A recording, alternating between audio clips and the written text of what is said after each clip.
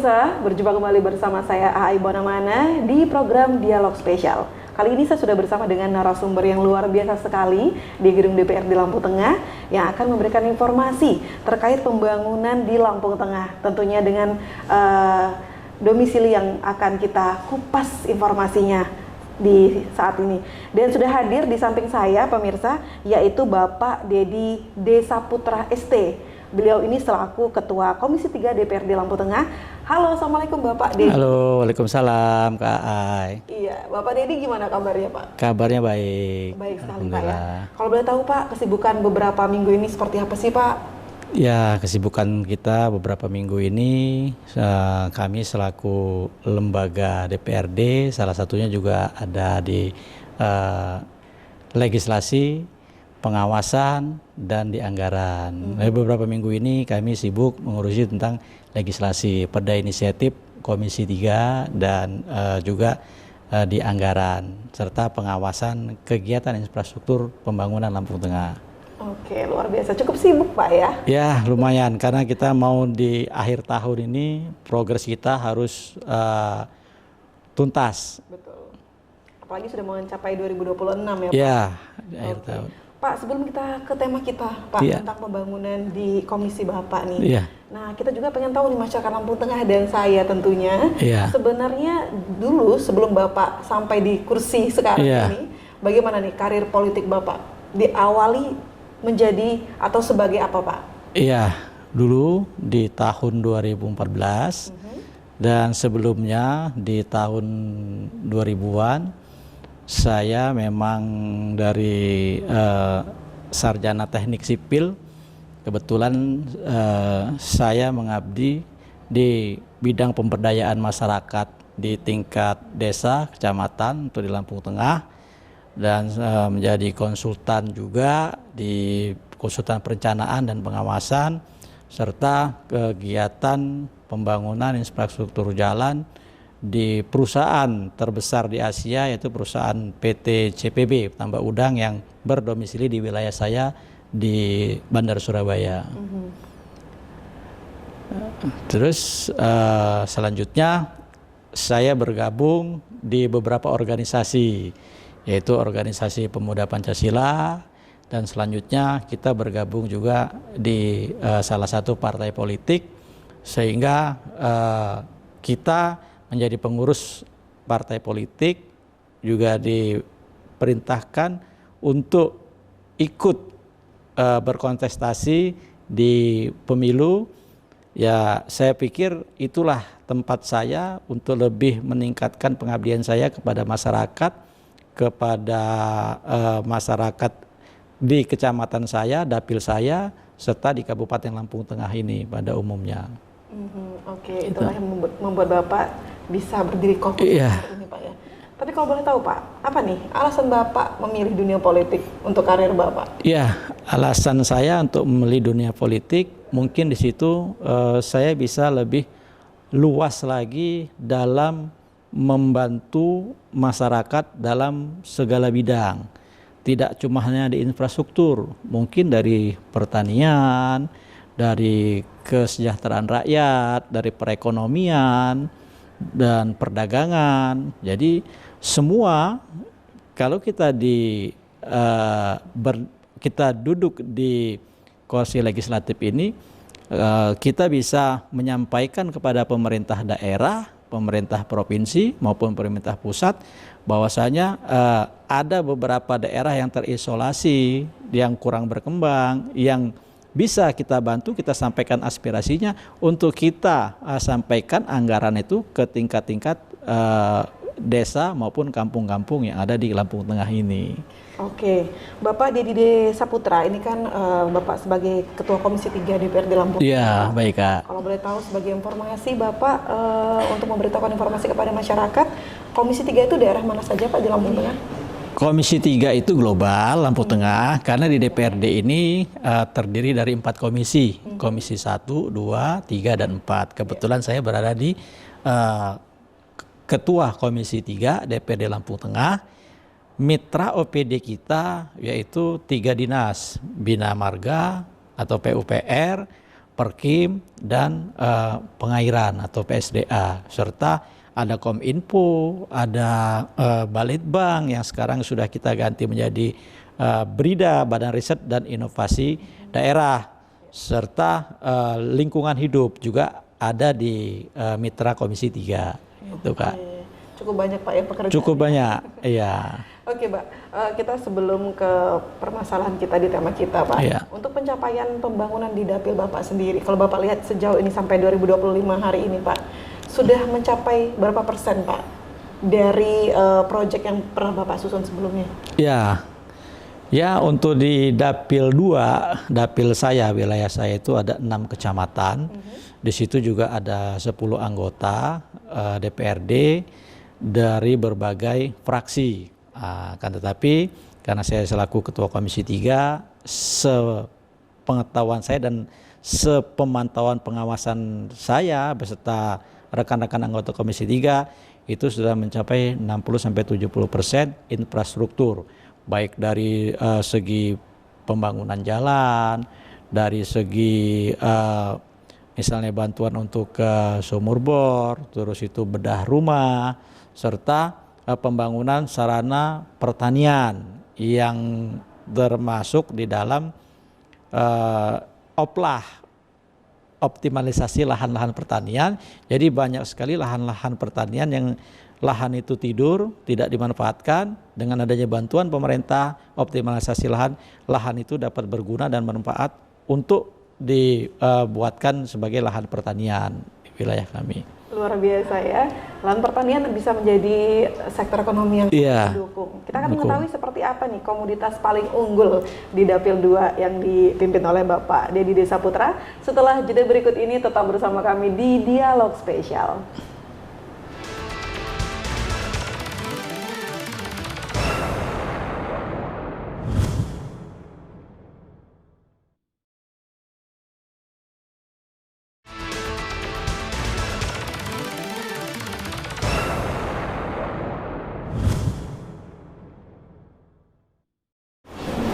Terima kasih Anda masih bersama kami di Dialog Spesial bersama Ketua Komisi 3 DPRD Lampung Tengah Bapak Dedi D. Saputra yang masih semangat Pak ya. Siap, masih semangat Kak Ai. Memberikan informasi kepada masyarakat terkait pembangunan di Dapil 2. Iya.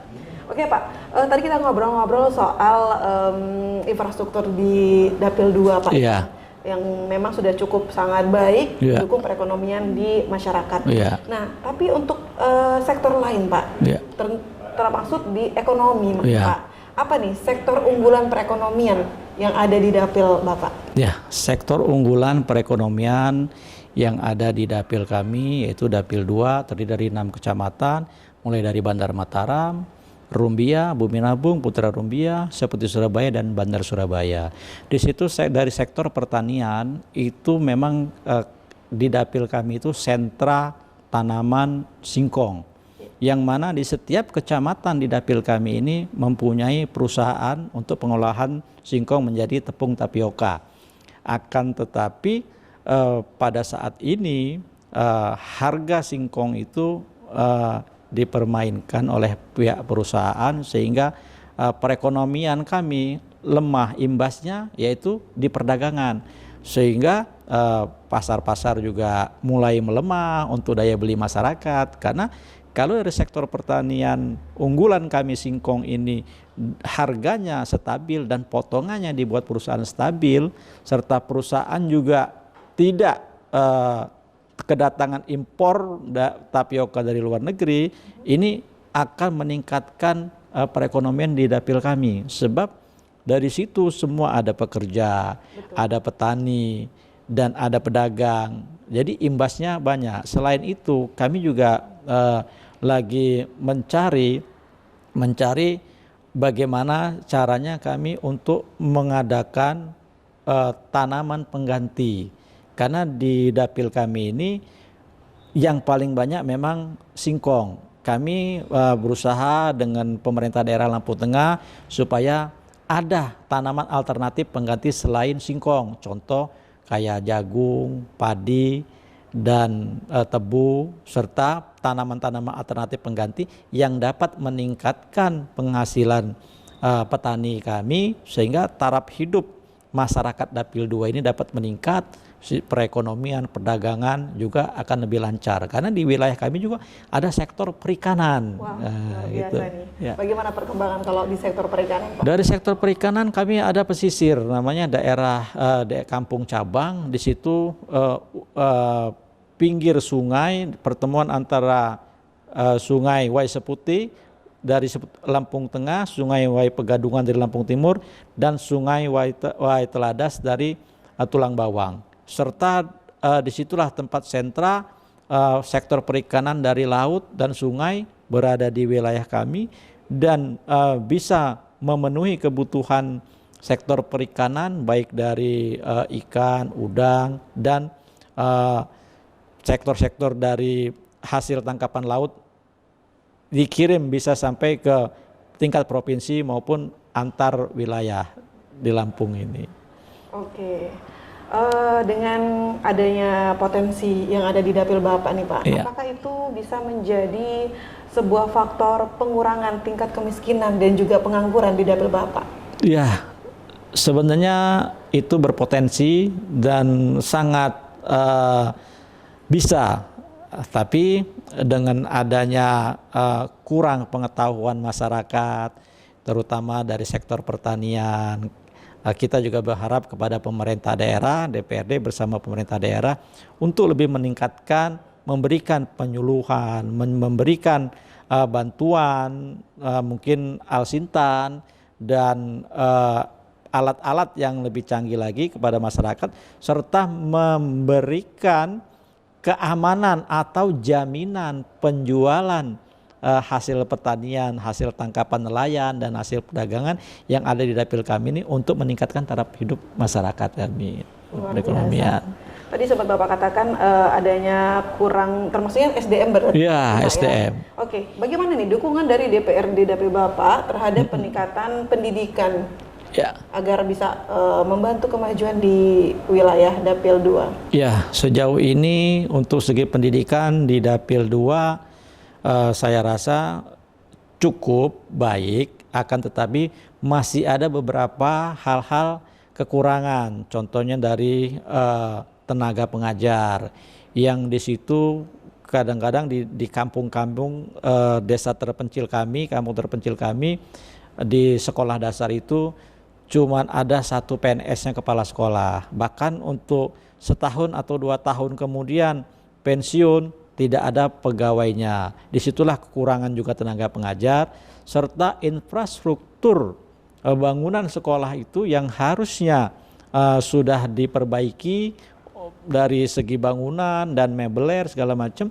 Ini butuh uluran tangan, dalam hal ini pemerintah beserta DPRD, untuk menganggarkan untuk membantu dari sektor pendidikan ini supaya anak-anak didik kita ini dapat nyaman dalam mengenyam pendidikan di sekolahnya. Betul, artinya perlu adanya kolaborasi. Perlu adanya kolaborasi, benar. Dan juga sinergi antara pemerintah dan juga DPRD Lampung Tengah. Iya. Terkait kendala Pak, Iya. pasti kan Bapak menjalani pekerjaan yang cukup berat ini, menemukan kendala di lapangan, apalagi menjaga amanah dari masyarakat. Apa nih Pak, kendala terbesar yang Bapak jalani? Kendala terbesar itu masih minimnya anggaran untuk kita bisa menyelesaikan PR-PR kita, tugas-tugas kita yang belum terpenuhi untuk masyarakat kita, mulai dari sektor pendidikan, mungkin sarana prasarana pendidikan, infrastruktur, juga infrastruktur jalan, untuk ke kampung-kampung yang masih terisolasi, sehingga mereka masih kesulitan untuk membawa hasil panennya ke wilayah atau ke daerah tempat penjualan, serta anggaran yang masih kurang, sehingga kalau dinilai perlu pemerintah daerah Kabupaten Lampung Tengah ini bisa menganggarkan, atau dengan adanya efisiensi ini pemerintah pusat, dalam hal ini Menteri Keuangan, membuka keran, membolehkan pemerintah daerah untuk melakukan pinjaman daerah untuk pembangunan Lampung Tengah, saya rasa ini juga terobosan-terobosan yang bagus untuk kita melanjutkan pembangunan dari segala bidang yang ada di dapil kami. Oke, dengan adanya dukungan anggaran. Dengan adanya dukungan anggaran ini KAI. Oke, menarik sekali pemirsa. Tapi kita akan lanjutkan dialog kita. Ya, siap. Setelah jeda berikut ini jangan kemana-mana, tetap bersama kami di Dialog Spesial.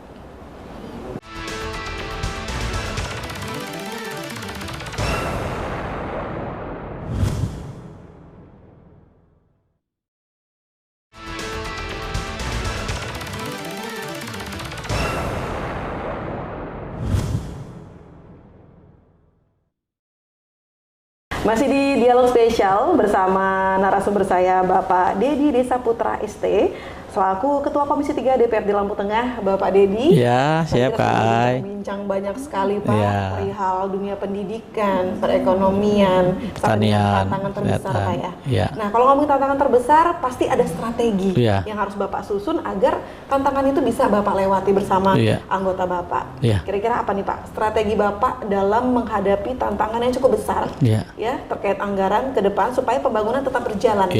Silakan Bapak. Ya, strateginya kami dari Komisi 3 sudah membentuk atau membuat perda inisiatif yang tadinya di Badan Penelitian dan Pembangunan sesuai dengan nomenklatur dari pemerintah pusat, sehingga kita sudah membentuk BRIDA. Di situ yang dimaksud BRIDA itu Badan Riset dan Inovasi Daerah, sehingga di BRIDA inilah kita perlu para pegawai-pegawai yang punya inisiatif dan inovasi untuk merangkum semua apa yang menjadi kendala, hal-hal yang kurang untuk pembangunan dari segala sentral, baik pendidikan, ekonomi, pertanian, perikanan dan sebagainya, termasuk infrastruktur yang ada di Dapil 2 untuk dicatat dan dibuat resume, sehingga untuk pembangunan yang diutamakan di ritmenya setiap tahun itu sudah ada, sehingga kalau pemerintah daerah ini mempunyai anggaran, jadi anggaran itu tidak sia-sia dan tujuan pembangunan itu sudah jelas. Betul. Gitu Kak Ai. Jadi dibuat semacam kayak proposal ya Pak ya? Ya, lembaga riset. Jadi memang kita sudah punya dokumen apa sajakah dari setiap kampung, dari setiap kecamatan yang akan kebutuhannya yang akan dibangun untuk tahun berjalan, sehingga memang sudah terprogram gitu Kak. Betul luar biasa. Nah, kalau ngomongin soal 2025 kan sebentar lagi selesai ya. Pasti dari Komisi 2 dan juga Bapak selaku Ketua Komisi 3 Bapak ya, mohon maaf, sudah menyusun nih kira-kira rencana kerja atau proyek di 2026. Boleh kali Pak di-spill sedikit nih kira-kira apa nih proyek terbesar Bapak di dapil Bapak? Apa? Ya, yang utama yaitu melanjutkan dari sektor pertanian, yaitu optimalisasi lahan, perbaikan sarana-sarana infrastruktur pertanian, contohnya irigasi, pengairan dan sebagainya, serta meningkatkan atau mencari solusi untuk meningkatkan perekonomian masyarakat, serta menganggarkan supaya anggaran itu tetap ada dan tetap berjalan, karena di sektor infrastruktur ini kita sangat-sangat penting sekali, sehingga yang lebih utama juga yaitu infrastruktur jalan, bangunan, jembatan, yang mana banyak sekali masih jalan-jalan kita yang rusak, yang mana jalan mantap kita ini masih sekitar 60-70%. Kalau di tahun 2025 ini kita anggarkan untuk 2026, mulai sedikit-sedikit kita anggarkan, mungkin di periode ini 5 tahun ke depan mungkin akan tuntas untuk segi infrastruktur, baik infrastruktur pertanian maupun infrastruktur penunjang perekonomian di dapil kami, Kak. Oke, penunjang perekonomian. Tapi kalau dari segi kesehatan, kesejahteraan masyarakat, apa nih yang ingin Bapak upayakan untuk masyarakat di dapil Bapak di 2026, Pak? Ya, kalau dari segi kesehatan, kita berharap pemerintah Lampung Tengah memang juga sudah MOU kepada seluruh kepala puskesmas di Lampung Tengah agar BPJS itu berkolaborasi dengan puskesmas. Dan harapan kita juga terbagi juga dengan klinik-klinik terdekat, sehingga masyarakat yang tidak perlu dengan dokter spesialis cukup di tingkat kecamatan atau di puskesmas serta klinik-klinik serta perawat, dokter dan mantri yang ada di Lampung Tengah, sehingga masyarakat ini tidak merasa kesulitan untuk akses ke balai-balai pengobatan serta ke puskesmas yang notabene memang ini punya pemerintah gitu Kak. Kalau untuk dari segi Kesra, kesejahteraan masyarakat ini dari segi perekonomian kami harapkan pemerintah daerah beserta DPRD ini dapat mencari solusi tadi Kak, kali lagi tanaman alternatif pengganti sehingga tidak monoton cuma singkong aja, dan bagaimana pemerintah memberikan penyuluhannya menjadikan tanaman-tanaman masyarakat ini membuat bernilai ekonomis tinggi. Apakah dari singkong itu tidak dijual langsung ke perusahaan, mungkin dibuat makanan-makanan olahan yang bernilai ekonomis tinggi itu Kak Ai. Berarti melakukan Inovasi Kak Ai. Luar biasa. Ya. Oke Bapak, boleh dong Bapak berikan harapan nih untuk Lampung Tengah, mungkin terkhususnya dapil Bapak ya. Di 2026 seperti apa Pak? Ya, harapannya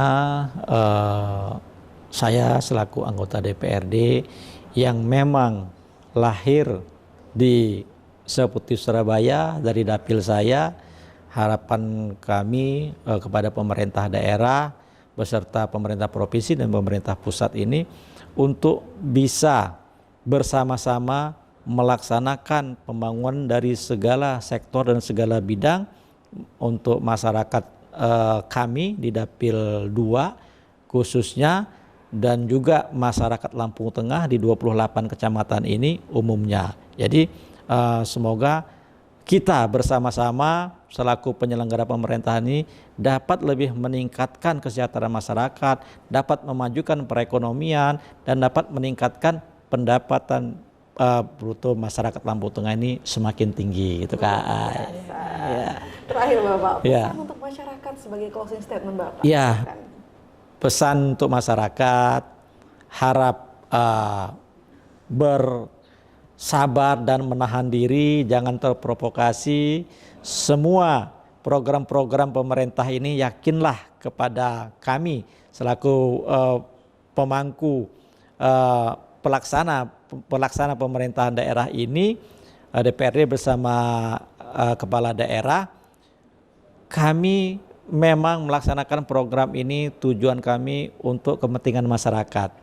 Tapi harapan kami dalam segala bidang masyarakat agar dapat bersabar dan tidak terprovokasi dengan hal-hal yang tidak kita inginkan. Dukung kami pemerintah daerah, DPRD beserta kepala daerah untuk sama-sama melaksanakan dan memajukan pembangunan daerah kita Lampung Tengah tercinta ini dengan julukan Kabupaten Beguai Jejama Wawai. Beguai Jejama Wawai menjadi tagline Lampung Tengah itu Kak Ai. Terima kasih Bapak Dedi Desa Siap Kak Ai. Selaku Ketua Komisi 3 di Lampung Tengah. Ya Kak Ai. Mudah-mudahan informasi yang Bapak sampaikan bisa bermanfaat untuk masyarakat di. Ya. Sebagai masyarakat tetap bersabar Bapak ya. Sabar. Tetap provokasi dan tetap dukung program-program pemerintah dan juga DPRD Lampung Tengah untuk kemajuan Lampung. Ya, karena kebetulan juga saya dari fraksi Partai Gerindra, memang program Asta Cita Presiden kita Bapak Prabowo